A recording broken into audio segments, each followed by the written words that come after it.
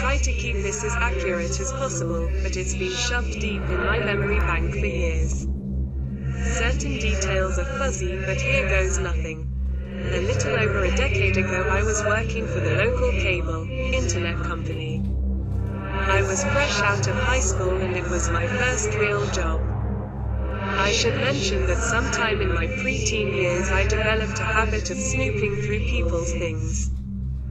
Whether it was at a family member's house or friends, I would always manage to slip away into people's rooms, closets, bathrooms, etc. and poke around, looking for secrets and hidden items. I would never steal anything, just take mental note of the things I found and put them back without leaving a trace. So as you can imagine, landing a job that placed me in people's houses to install cable was almost guaranteed to stir up a desire to indulge in my long-forgotten habit. When installing wires for TVs and computers, I'd end up in crawl spaces, closets, behind desks and sometimes under beds to reach outlets and such. You'd stumble on things like porn collections, embarrassing personal hygiene products and more than few times extremely large collections of sex toys. After a while it went from stumbling upon these things to outright looking for them. Most homeowners were too lazy to follow me from room to room, so they'd either be downstairs or outside in the yard while I went about doing my job. Like I said, I wasn't taking anything with me, just observing.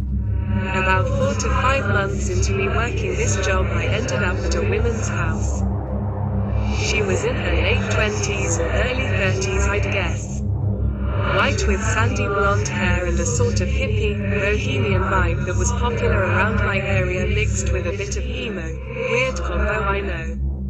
She had a pretty big house for a single person, 3-bedroom, 2 baths and multiple living areas, but it appeared that she was the only one living there other than her cat, who would occasionally run by as I was doing my job. She let me know that she'd be outside on her porch and to let her know if I needed anything.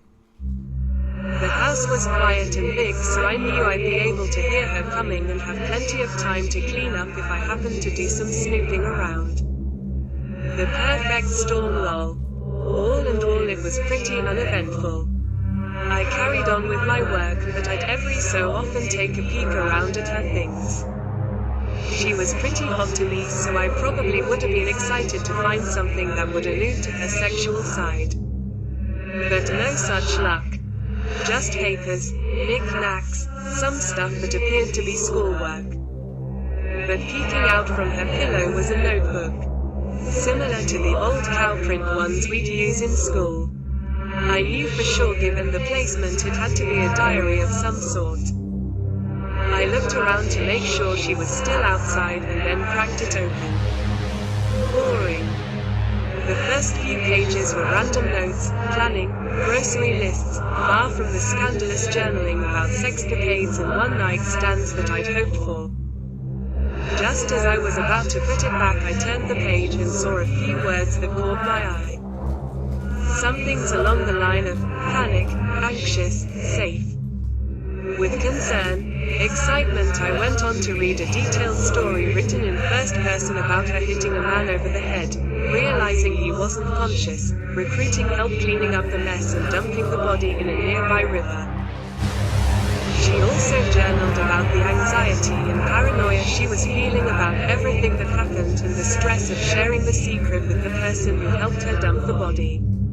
I remember being extremely uneasy and feeling more creeped out in that house every minute that passed by.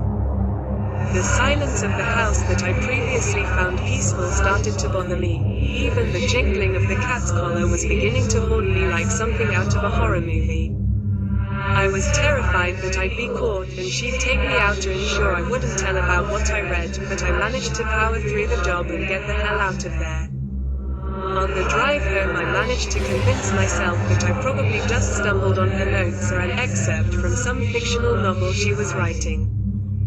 It did read more like a novel than a personal diary passage. But honestly, there's no telling. I laughed it off with a few friends later on and never spoke much of it again. It's been so long I can barely remember the woman's face, her house, or even the town. But for my sake, possible murderous hot hippie chick, let's not meet.